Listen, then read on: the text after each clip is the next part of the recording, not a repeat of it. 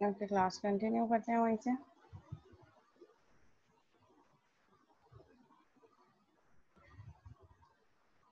अच्छा जी, शेयरिंग हो रही है। ओके ठीक है, तो सबसे पहले हमारे पास कहाँ से स्टार्ट होगा? Source code. किसी भी डॉट नेट की प्रोग्रामिंग लैंग्वेज को यूज़ करते हुए we have write source code. जो प्रोग्रामर ने कोड राइट डाउन किया, एक्चुअल कोड जो हमारे पास होगा which is known as source code. ठीक है, और फिर उसके बाद आपके पास लैंग्वेज का अपना कंपाइलर है। हर लैंग्वेज का अपना कंपाइलर होगा। वो लैंग्वेज का कंपाइलर आपके सोर्स कोड को MSIL में ट्रांसफॉर्म करेगा, जो एक इंटरमीडिएट लैंग्वेज होगी। Actual code and Meta data. Meta data is actually data about data, यानी कि कोड की असेंबली नंबर कौन सी है, वो सारा जो कोड से रिलेटेड डाटा है वो आपके पास मेटा डाटा होगा। So MSIL consists of two things, actual code and then data about the code. Then वो मेटा डाटा या जो MSIL है वो आपके पास जस्ट इन टाइम कंपाइलर क्या करेगा? जस्ट इन टाइम कंपाइलर उसको क्या करेगा? जितने भी फंक्शंस या मेथड्स उन सबको एक साथ कंपाइल करेगा एंड देन उसकी एग्जीक्यूशन होगी और उसको according to your operating system native code यानी कि जो ऑब्जेक्ट कोड है उसमें ट्रांसफॉर्म कर देगा, which will be target to the machine या ऑपरेटिंग सिस्टम, और आपका ऑपरेटिंग सिस्टम फिर आपके कोड को रन करेगा। So it's a to way process. To way process इस तरीके से, first your source code will be compiled into MSIL and then that MSIL file just in time compiler use करते हुए Meta data या जो MSIL है वो आपकी नेटिव कोड यानी कि ऑब्जेक्ट कोड में ट्रांसफॉर्म हो जाएगा, जो कि आपकी ऑपरेटिंग सिस्टम में डायरेक्ट उसको रन करेगा। यानी कि अब सोर्स कोड यहाँ पे नेटिव कोड में जाके आपके पास ऑब्जेक्ट कोड में ट्रांसफॉर्म हो।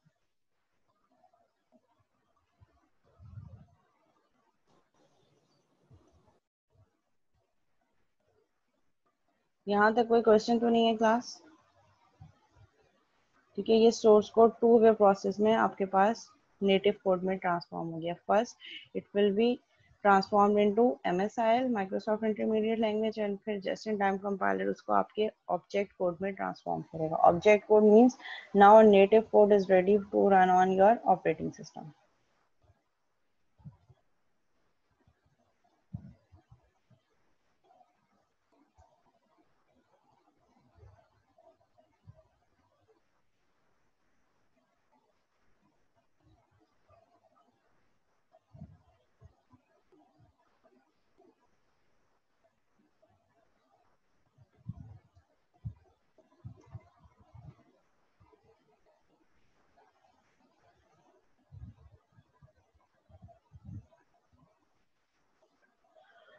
ठीक है, कॉमन टाइम सिस्टम वैसे अभी मैं आपको ऑलरेडी ओवरव्यू दे चुकी हूँ। कॉमन टाइम सिस्टम हमारे पास कौन से होते हैं, किस लिए काम कर रहे होते हैं कि we have different set of languages और हर लैंग्वेज के लिए कुछ रूल्स बनाने हैं हमने, जो सारी लैंग्वेजेस को फॉलो करना ज़रूरी है। तो उसके लिए we are using common type system.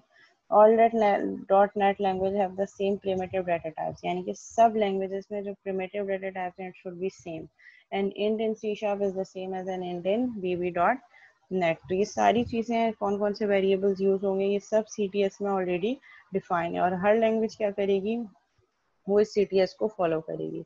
When communicating between modules written in any .NET language, the types are guaranteed to be compatible on the binary level. ये हेल्प हम इसलिए कर रहा होता है कि जब हम डिफरेंट लैंग्वेजेस पे काम करें, वो डिफरेंट लैंग्वेजेस जो सारी हमारे पास .NET फ्रेमवर्क की डिफरेंट लैंग्वेजेस हैं उन सबको हम क्या कर रहे हैं, जब वो आपस में एक दूसरे से कम्युनिकेट कर रही हैं तो it should B compatible with each other, ताकि हमारे पास कंपैटिबिलिटी इशू नहीं है। And types can be value types and reference types. Value type जो है वो स्टैक में स्टोर होगी, जैसे मैंने आपको पहले का कोई भी हम वेरिएबल डिक्लेयर करते हैं, इंटीजर, फ्लोट, डबल, वो सारी वैल्यू टाइप्स हैं जो प्रिमिटिव डाटा टाइप्स हैं। वो कहाँ स्टोर होंगी? आपके पास स्टैक एरिया एंड मेमोरी। और रेफरेंस टाइप्स कौन सी होंगी? जिनका रेफरेंस पास होगा मेमोरी में, वो सारी आपके पास हीप मेमोरी में जाके स्टोर होंगी। और रेफरेंस टाइप में हमारे पास कौन कौन से आते हैं? एरे। देखा था कि एरे के लिए हम न्यू का कीवर्ड यूज करते हैं, यानी कि जब हम प्रोग्राम को रन करेंगे तभी मेमोरी में डायनेमिकली मेमोरी एलोकेट होगी उसको। एरे हो गया। जब आगे हम क्लासेस और ऑब्जेक्ट का कॉन्सेप्ट देखेंगे तो ये सारी चीज़ें हमारे पास किस तरीके से होंगी? Reference types. Strings are a primitive data type में, और स्ट्रिंग्स आर कंसीडर, पहले स्ट्रिंग्स को रेफरेंस टाइप कहते थे, बट अब जो है उसको वो भी आपके पास as a primitive data type जो है वो कंसीडर हो रही है।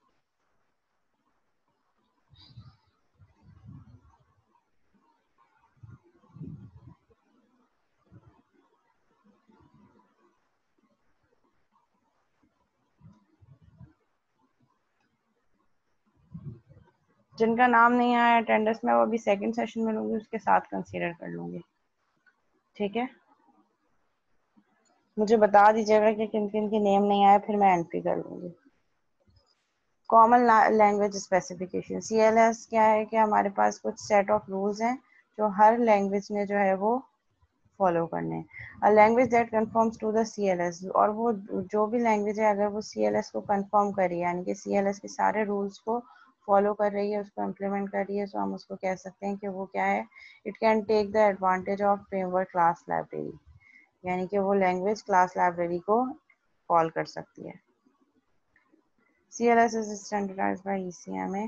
ECMA हमारे पास क्या है, एक स्टैंडर्डाइजेशन जो है वो इंस्टीट्यूट है जो तमाम उसको इसके स्टैंडर्ड्स को क्रिएट कर रहा है CLS को, कि कौन कौन सी लैंग्वेज होनी चाहिए, क्या होना चाहिए, सारे जो रूल्स और फॉर्मेटिंग है लैंग्वेजेस की वो सारी ECMA जो है वो क्रिएट कर रहा है और उसको CLS फॉलो कर रही है। और जो भी लैंग्वेज CLS को इम्प्लीमेंट कर रही है, कंफर्म कर रही है, वो फ्रेमवर्क क्लास लाइब्रेरी को यूज़ कर सकती है। ठीक है, we have different dot net languages. वो डिफरेंट डॉट नेट लैंग्वेजेस कौन कौन सी हैं, C++, C#, J#, VB dot net, JScript। Third parties language, third parties language कौन कौन सी हैं, Perl, Python, Pascal, APL, COBOL, FL. इसके अलावा भी हमारे पास और थर्ड पार्टी लैंग्वेजेस भी हैं जिसकी सपोर्ट डॉट नेट प्रोवाइड कर रहा है। Advance multi language features, cross language inheritance and exception handling. अगर हमने एक ही प्रोजेक्ट में एक ही उसमें डिफरेंट लैंग्वेजेस यूज़ किए हैं तो हम उनको आपस में इंटीग्रेट भी कर सकते हैं और उस पर एक्सेप्शन हैंडलिंग भी कर सकते हैं। ठीक है, इसके लिए आपको कोई अलग से API लर्न करने की ज़रूरत नहीं है। Object system is built in. Object system में मीन्स कि आपने कोई भी चीज़ यूज़ करनी है, जस्ट क्रिएट द ऑब्जेक्ट और यू कैन यूज़ इट। कोई एडिशनल रूल्स और API यूज़ करने की ज़रूरत नहीं है। Now it's come to C# language. C# is a mixture between C++, Java and Delphi. कुछ फीचर जो है वो C++ के ले रहा होता है C# लैंग्वेज, और कुछ चीज़ें जो है वो जावा पे जिस तरीके से काम हो रहा होता है वैसे ही C# उसको इम्प्लीमेंट कर रहा होता है। कंपोनेंट ओरिएंटेड है। क्या क्या हमारे पास कंपोनेंट्स हो सकते हैं जब हम C# पे कोड करते हैं। थर्ड पार्टीज लैंग्वेज मीन्स कि कोई एड ऑन लैंग्वेज है जिसको अगर आप वो उसकी भी इंटीग्रेशन यहाँ पे इजीली हो सकती है, जो डॉट नेट की अपनी लैंग्वेज नहीं है बट डॉट नेट उन लैंग्वेजेस को सपोर्ट कर रहा है, जैसे कि Python. Python dot net framework की लैंग्वेज नहीं है, but as a framework dot net जो है वो थर्ड पार्टी लैंग्वेजेस को भी आप यूज कर सकते हैं एज एन API। मीन जो उसके अपने फ्रेमवर्क के अंदर डिफाइन नहीं हुई, but it can also use it. ठीक है, C# is component oriented, means we have concept of properties in C# के प्रॉपर्टीज क्या होती हैं वो हम देखेंगे। एनकैप्सुलेशन में यूज होती है। We have different methods, different events, जब कोई बटन ट्रिगर होगा तो बैकएंड पे कैसे इवेंट जनरेट होगा, different attributes.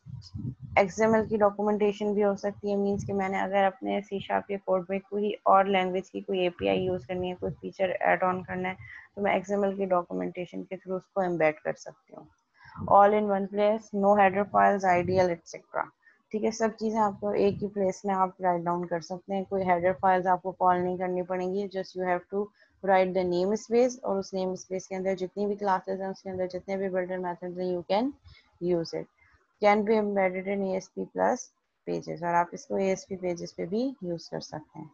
Everything really is an object, but हमें कंसीडर क्या करना है कि C# लैंग्वेज पे जब हम काम कर रहे हैं तो each and everything is represent here as an object. हर चीज एज एन ऑब्जेक्ट कंसीडर हुई है।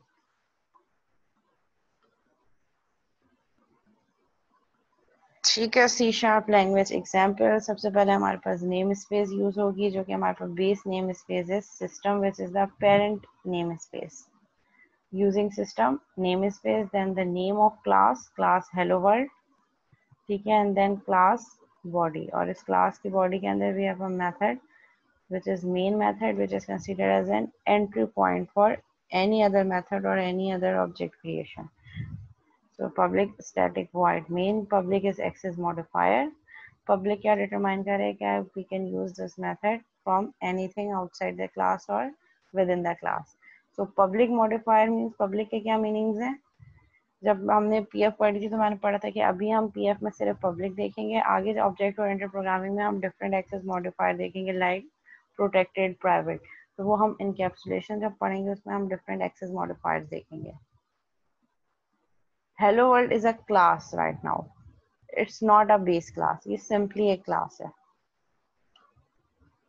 System is a base name space, यानी कि आपने यूजिंग सिस्टम यूज कर लिया तो इसके अंदर सारी जो एग्जिस्टिंग लाइब्रेरीज है now you can use it.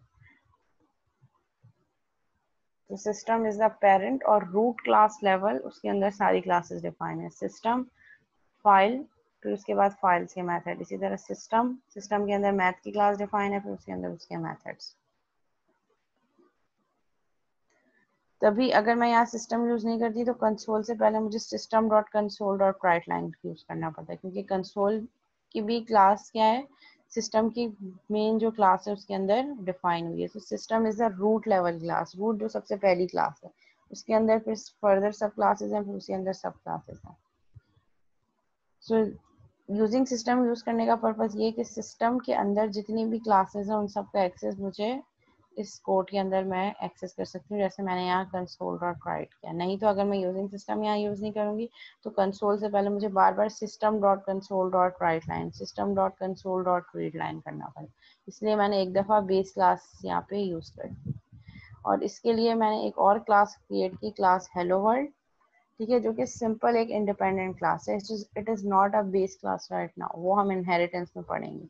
ये सिंपली एक क्लास है जिसमें एक मेथड है पब्लिक एंड स्टैटिक. स्टैटिक के क्या मीनिंग्स होते हैं? स्टैटिक का कीवर्ड जब किसी मेथड से लगता है तो ये डिटरमाइन कर रहा होता है कि that method can be use with the name of class. जैसे यहाँ पे right line is a method जो कि कंसोल की क्लास का मेथड है, और इसको देखते ही मैं ये बता सकती हूँ कि ये एक स्टैटिक मेथड है क्योंकि मैं इसको क्लास के नाम के साथ एक्सेस कर रही हूँ.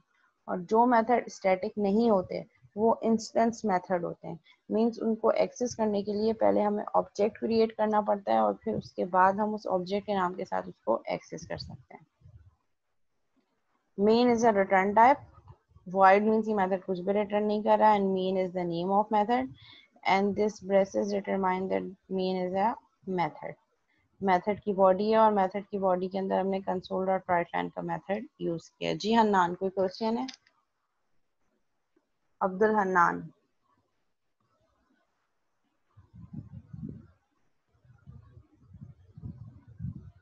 जी, क्या क्वेश्चन है?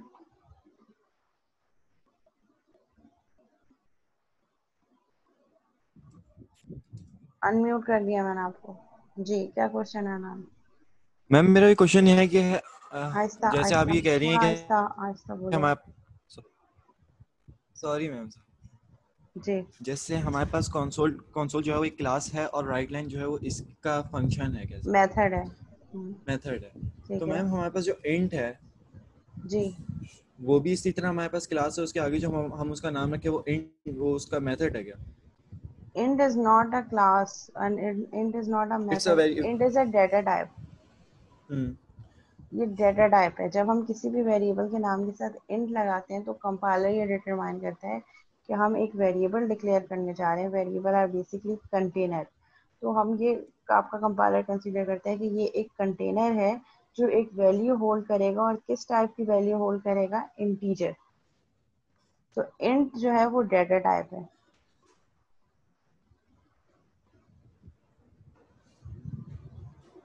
ओके मैम, ठीक है, थैंक यू. ओके. ठीक है. सो स्टैटिक को मैं रिपीट कर देती हूँ. स्टैटिक का कीवर्ड जब किसी भी मेथड के साथ लग जाता है, it means now I can use that method with the name of class. और अगर किसी भी मेथड के साथ मैंने स्टैटिक का कीवर्ड नहीं लगाया तो पहले मुझे उस मेथड को एक्सेस करने के लिए पहले मुझे उस क्लास का ऑब्जेक्ट बनाना पड़ेगा, और फिर उस ऑब्जेक्ट के नाम के साथ मैं उसको एक्सेस कर सकती हूँ. तो that is the difference between static and non static method. ठीक है। कोड कंपाइलेशन एंड एग्जीक्यूशन, ये वही डायग्राम है जो हम ऑलरेडी अभी डिस्कस कर चुके हैं। सोर्स कोड, लैंग्वेज कंपाइलर उस कोड को कन्वर्ट करेगा MSIL में, जिसको हम असेंबली और .exe फाइल या .dll फाइल कहते हैं। जब आप अपने प्रोग्राम को कंपाइल करते हैं तो बैकएंड पे जो उसका फोल्डर बना होता है, name space console application 1 console application 2, जब आप उस फोल्डर को ओपन करते हैं तो उसमें .exe और DLL की फाइल होती है, विच इज MSIL। अभी कोड को मैंने रन नहीं किया, सिर्फ कंपाइल किया। जब मैं उसको रन करूंगी तो फिर रन टाइम पे वही MSIL फाइल उठाएगा आपका कंपाइलर, और उस MSIL फाइल को आपके ऑपरेटिंग सिस्टम के accordingly just in time compiler के थ्रू ऑपरेटिंग सिस्टम की लैंग्वेज में ट्रांसफॉर्म कर देगा, यानी कि मशीन लैंग्वेज में।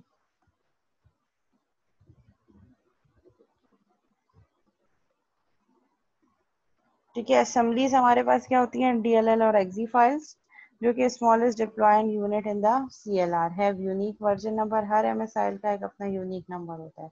No version conflict known as DLL help, कोई वर्जन का कॉन्फ्लिक्ट नहीं आएगा क्योंकि हर MSIL का अपना एक वर्जन होगा।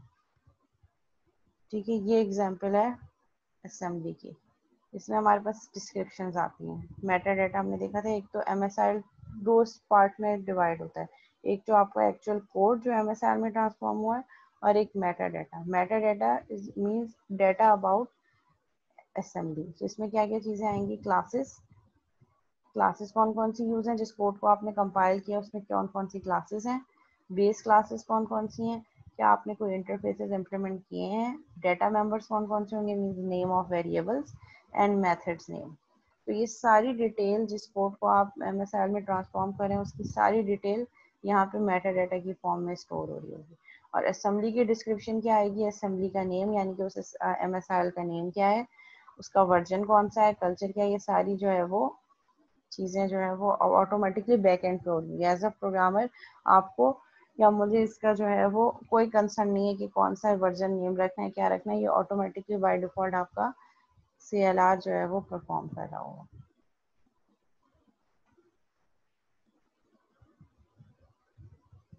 ठीक है। विजुअल स्टूडियो .NET क्या है, एक IDE है। IDE इंटीग्रेटेड डेवलपमेंट एनवायरनमेंट, जो आपको डिफरेंट लैंग्वेजेस को यूज करने की फंक्शनैलिटी दे रहा है। Development tools that contains a rich set of productivity and debugging features. Support C#, C++, and VB.NET languages.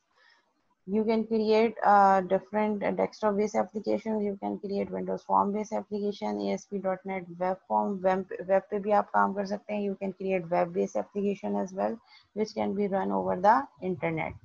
Web services भी क्रिएट कर सकते हैं आप, और इसको SQL सर्वर से इंटीग्रेट भी कर सकते हैं विद ADO.NET एंड XML की फंक्शनैलिटी को यूज करते हुए आप अपने कोड को SQL सर्वर से इंटीग्रेट भी कर सकते हैं।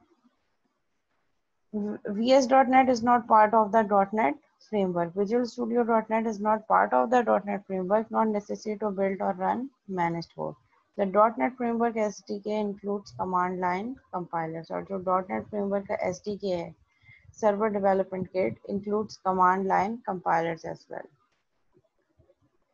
From Visual Studio .NET you can, अगर आपके पास Visual Studio .NET है, आप क्या क्या काम कर सकते हैं, you can write code, design user interfaces, user interface design कर सकते हैं, study documentation भी sort of create कर सकते हैं, अपने कोड को debug कर सकते हैं one by one, step by step, testing भी हो सकती है, and then उसको deploy भी कर सकते हैं। Same tools for all languages, और हर लैंग्वेज पे आप ये काम कर सकते हैं जो .NET की लैंग्वेज है। Same tools for all platform, और हर प्लेटफॉर्म में ये टूल्स सेम रहेंगे।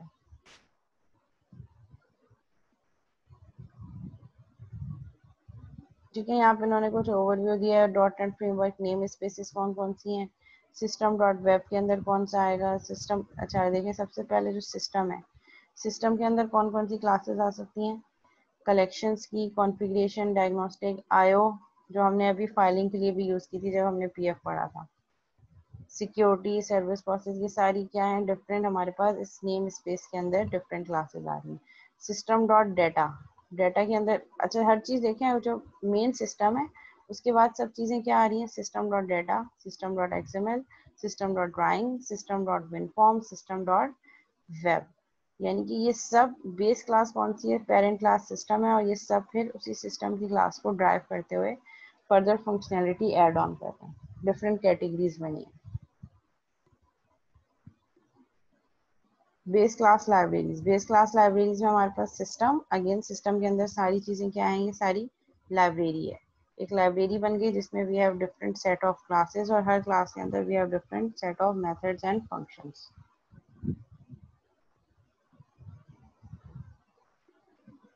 ठीक है, बेस क्लास को एक्सप्लेन किया है। Data and XML name spaces. Windows form क्या है आपके पास, ड्रैग एंड ड्रॉप कंट्रोल है। ठीक है, इसके लिए ASP.NET नेम स्पेस है, system.web। अगर आपने वेब पे काम करना है तो उसके लिए कौन कौन सी नेम स्पेस आप यूज़ करेंगे, system.web, और उसके अंदर ये सारी classes you can use. So summary here is that .NET Framework is a code execution platform, the environment which .NET programs run. .NET Framework consists of two primary parts. जो दो primary parts हैं हमारे पास .NET Framework के, that is CLR and .NET class library, जिसको हम base class library या FCL कह रहे हैं। The CLS Common Language Specification allows different languages to interact seamlessly। और CLS क्या कर रहा है, हर लैंग्वेज के लिए कुछ रूल्स हैं जो हर लैंग्वेज को फॉलो करना ज़रूरी है, क्योंकि उन्होंने एक ही CLR पे रन होना है, इसीलिए we should have a set of rules which should be followed by all the languages supported by .NET. The CTS allows all languages to share base data types। CTS में क्या किया, वो सारी जितनी भी बेस डाटा टाइप्स हैं वो सब CTS में डिफाइन है, और ये CTS हर लैंग्वेज से कनेक्ट है। यानी कि CTS क्या कर रहा है कि आपके पास डाटा टाइप इंटीजर हो सकती है, फ्लोट, डबल, कैरेक्टर, स्ट्रिंग, ठीक है, प्रिमिटिव डाटा टाइप सारी CTS में डिफाइन है। अब जो भी लैंग्वेजेस कनेक्टेड हैं .NET की लैंग्वेज है, वो सारी उन CTS को यूज़ करते हुए उन बेस डाटा टाइप को यूज़ कर सकते हैं। यानी कि एक इंटीजर जो है वो VB.NET में भी यूज़ हो सकता है, और वही इंटीजर जो है हमारे पास C# में भी, C# भी इंटीजर ही यूज़ करेगा। यानी कि हमने एक स्पेसिफिकेशन बना दी, उसको तमाम लैंग्वेजेस यूज़ कर लेंगे। .NET languages are compiled to MSIL by their respective compilers। Her language जो है .NET की लैंग्वेज वो क्या करेगी, अपने प्रोग्राम को MSIL में ट्रांसफॉर्म करेगी by using their own compiler. Her language का अपना अलग कंपाइलर होगा जो उसमें लिखे हुए सोर्स कोड को MSIL में ट्रांसफॉर्म करेगी, एंड देन MSIL वाली फाइल CLR पे जो है वो रन होगी, और CLR उसको क्या करेगा, आपके ऑब्जेक्ट कोड में ट्रांसफॉर्म कर देगा। जी हन्नान, कोई क्वेश्चन है?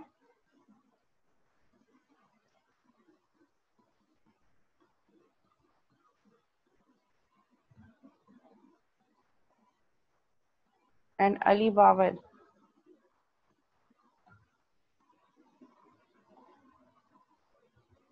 अनम्यूट कर दिया है बच्चों ने आप लोगों को,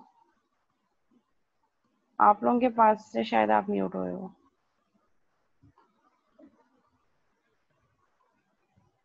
अली बाबर एंड अब्दुल हन्नान, अच्छा कोई क्वेश्चन नहीं है।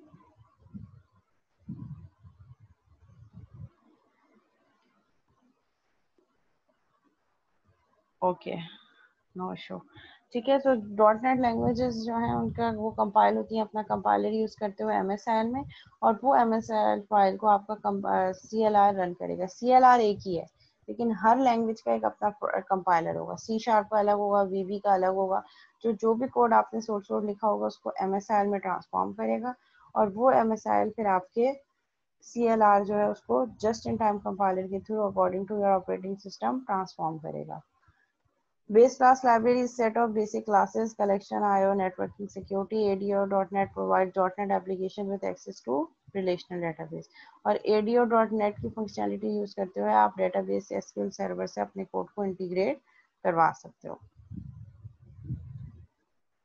ठीक है, XML पे और जो जितनी सपोर्ट और फीचर्स हैं वो सारी यहाँ पे मेंशन है। You can create Windows form, जिसकी वजह से आपके पास GUI भी आएगा, graphical user interface, and through that interface your user can communicate with your application। आप वेब पेजेस भी बना सकते हैं, web interfaces, web based application भी बना सकते हैं, and you can create web services as well. Visual Studio .NET is powerful development IDE for all .NET languages and technologies। ठीक है, तो हमने ये समराइज भी कर दिया कि किस तरीके से हमारा .NET एनवायरनमेंट फ्रेमवर्क काम कर रहा होता है।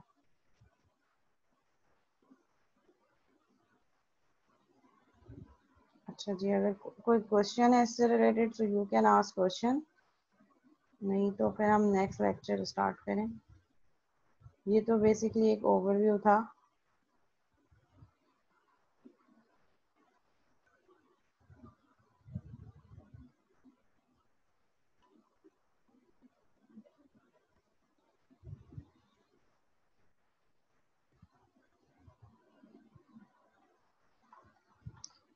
ट्वेंटी टेन आई गेस सही है,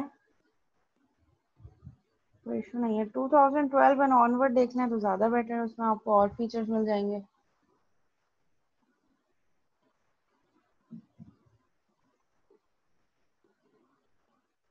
अच्छा, ये हम देख चुके हैं। अच्छा, कुछ चीज़ें इसमें ऐसी हैं। शेयरिंग हो रही है आप लोगों के पास क्लास?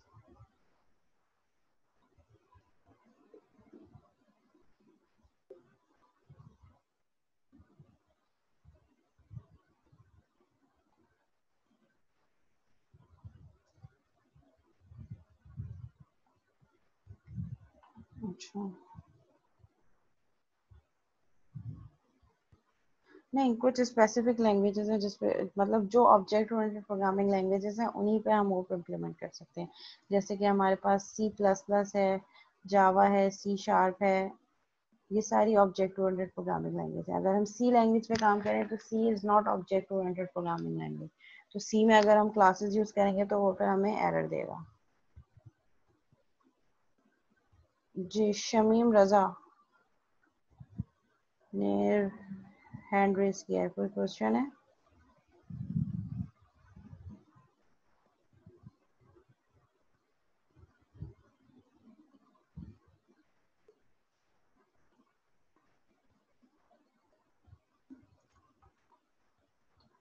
अच्छा, अब आपके पास न्यू स्लाइड भी हो रही है?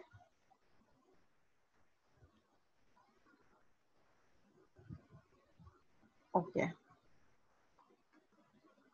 ठीक है, तो हम ऑलरेडी ये चीज़ें पढ़ चुके हैं। Just languages, object oriented programming language क्या है, ऑब्जेक्ट ओरिएंटेड प्रोग्रामिंग का ओवरव्यू देख लेते हैं। Object-oriented programming is a programming concept used in several modern programming languages like C++, Java. Objects are the most important part of a program. यहाँ पे जब हम कोडिंग कर रहे होते हैं तो objects are essential or most important part. Manipulating this object to get result is the goal of object-oriented programming. The main goal of object-oriented programming is that, अच्छा कितना टाइम रह गया हमारे पास इस मीटिंग को एंड होने में? I guess we still have 10 minutes. 10 minutes तो होंगे ना?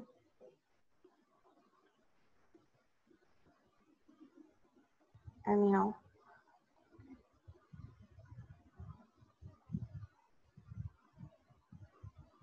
क्लास हम एंड करेंगे होपफुली इंशाल्लाह 11:50 तक।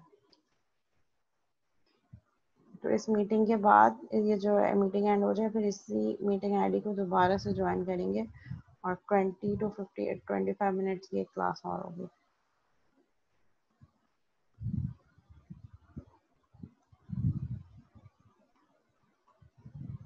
जी, आज 11:50 तक होगी क्लास, क्योंकि due to some technical issues of LMS कुछ इश्यूज थे जिसकी वजह से क्लास थोड़ी लेट स्टार्ट हुई थी। 8:50 पे स्टार्ट हुई थी, तो फिर अभी हम 11:50 तक रखेंगे क्लास। नेक्स्ट टाइम कोशिश करेंगे कि इश्यूज ना हो। वो कुछ पॉपअप वगैरह का इशू था, वो मैंने डिस्कस कर लिया था, उसकी वजह से मेरे पास ओपन नहीं हो पा रही थी मीटिंग। अच्छा जी, in object oriented programming the data is grouped together with the methods. हर चीज़ यहाँ पे क्या होगी, जब अब हम काम करेंगे हर चीज़ क्लास के अंदर इनकैप्सुलेट होगी और उसको एक्सेस करने के लिए we will create object and through the name of object we can access those methods and attributes defined in the class. ठीक है, which make it easy to maintain the integrity of the data and provide a structure to the program.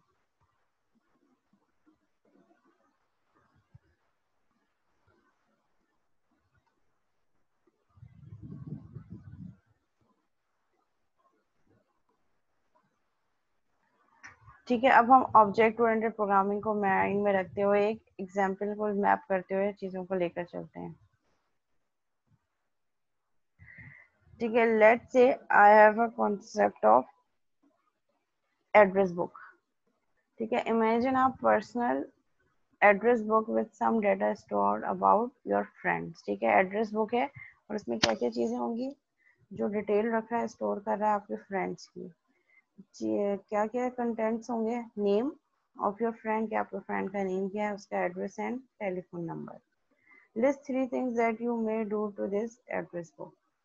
Next, identify some else who may use an identical address book for some purpose other than storing a list of friends. ठीक है, friends की listing करने के अलावा और कौन कौन है जो इस एड्रेस बुक को यूज कर सकता है। ठीक है, सो हमारे पास यहाँ पे कॉन्सेप्ट किस तरीके से आएगा, यहाँ पे हम address telephone number, name address telephone number, इसको हम मैप करेंगे क्लास में। तो एड्रेस बुक की एक क्लास या एड्रेस बुक की हम एक क्लास बनाएंगे, उसके अंदर ये 3 फील्ड्स रखेंगे जो कि उसके एट्रीब्यूट्स होंगे। और मेथड क्या होंगे, यानी कि बिहेवियर्स क्या, फंक्शनैलिटीज क्या हो सकती हैं? Add record, delete record, search record, edit record. तो ये सारे मेरे पास क्लास किस तरीके से क्रिएट होगी, क्लास क्रिएट होगी एड्रेस बुक के नाम से, और फिर हम उसको किस तरीके से उसमें हम चीज़ें ऐड करेंगे, और वो चीज़ें क्या होंगी, class is divided into 2 main components. वो 2 कंपोनेंट्स क्लास के हमारे पास क्या क्या होंगे, एट्रीब्यूट्स एंड उसके मेथड्स। शेयरिंग हो रही है आप लोगों के पास एडिटर की?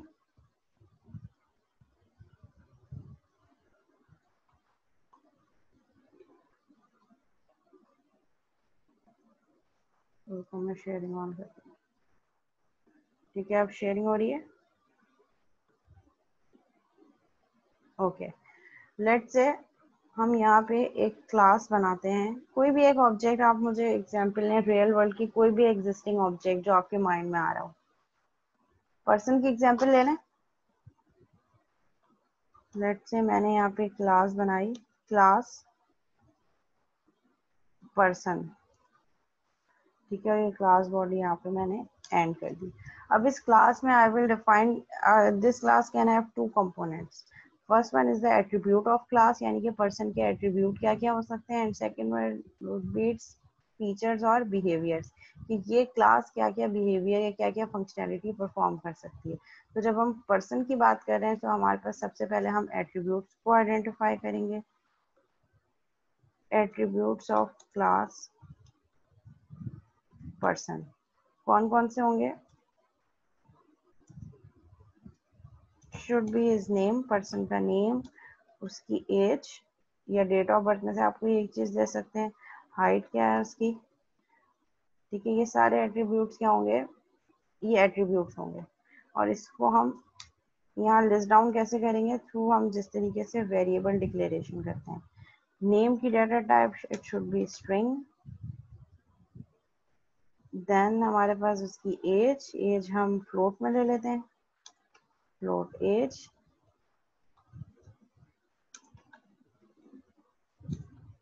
एंड हाइट भी हम फ्लोट में ले लेते हैं। ठीक है, ये कुछ कॉमन एट्रीब्यूट्स हैं जो इस पर्सन की क्लास के मैंने लिस्ट डाउन कर दिए।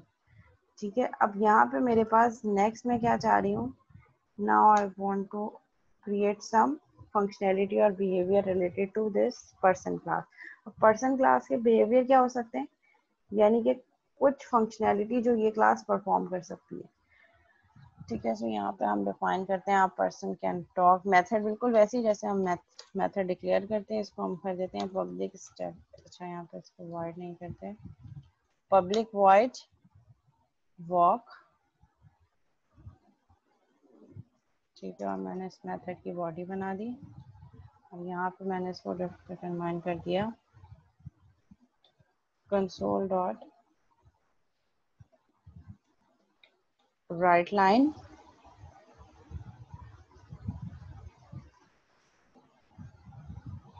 ठीक है, इसका नाम दे दिया मैंने।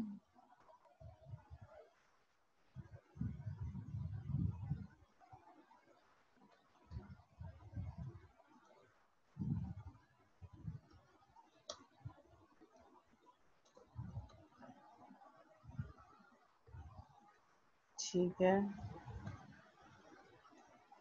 या मैं प्रिंट एज का मेथड दे देती हूँ एक, कि जो एज प्रिंट करे, प्रिंट एज।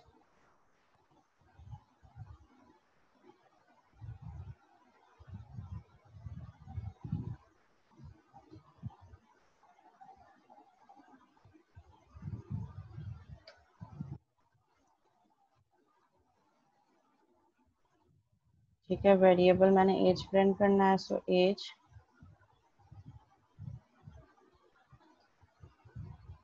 Years old. ठीक है, यहाँ प्रिंट करवाने के लिए यूज कर दिया। और मैं एक और मेथड बना देती हूँ, पब्लिक वॉइड प्रिंट ऑल। ये मेथड क्या करेगा, इस पर्सन की तमाम जो है वो एट्रीब्यूट्स को प्रिंट कर देगा। ठीक है, इसको हम कर देते हैं कंट्रोल सी, कंट्रोल वी। कुछ भी नहीं किया मैंने, सिंपल एक क्लास बनाई है पर्सन की, जिसमें मैंने 3 एट्रीब्यूट्स रखे हैं, and attribute should relate to that class. ठीक है, जो उस क्लास के एट्रीब्यूट्स आपको लग रहा है पॉसिबल हो सकते हैं, वो हम यहाँ पे रखेंगे। तो पर्सन का नेम हो सकता है, एज हो सकती है, हाइट हो सकती है। तो ये एट्रीब्यूट्स हो गए। एंड नेक्स्ट स्टेप इज, जो मैंने नेक्स्ट काम किया है, फंक्शनैलिटी ऑफ क्लास। इस क्लास के थ्रू हम क्या क्या काम कर सकते हैं, ऑफ क्लास। और वो फंक्शनैलिटी हम किस तरीके से डिफाइन करते हैं, थ्रू डिफरेंट मेथड्स और फंक्शन।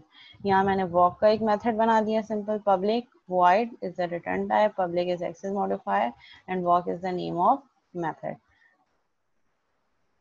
कन्वेंशन नेमिंग स्ट्रेटेजी है, रिकमेंडेशन है, हम उसी को फॉलो करेंगे। प्रिंट ऑल क्या करेगा, सारे फील्ड्स को प्रिंट कर देगा, जो हमने ऊपर दिया था नेम। सिमिलरली हम एज को प्रिंट करवा देते हैं, हम प्रिंट करवा देते हैं age, and then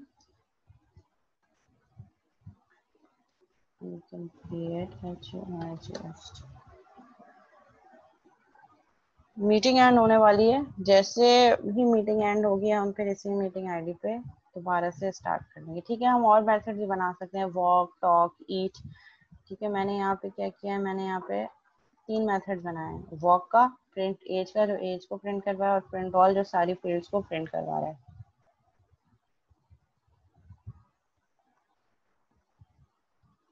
a person can we can programming, ये भी प्रिंट हो सकता है।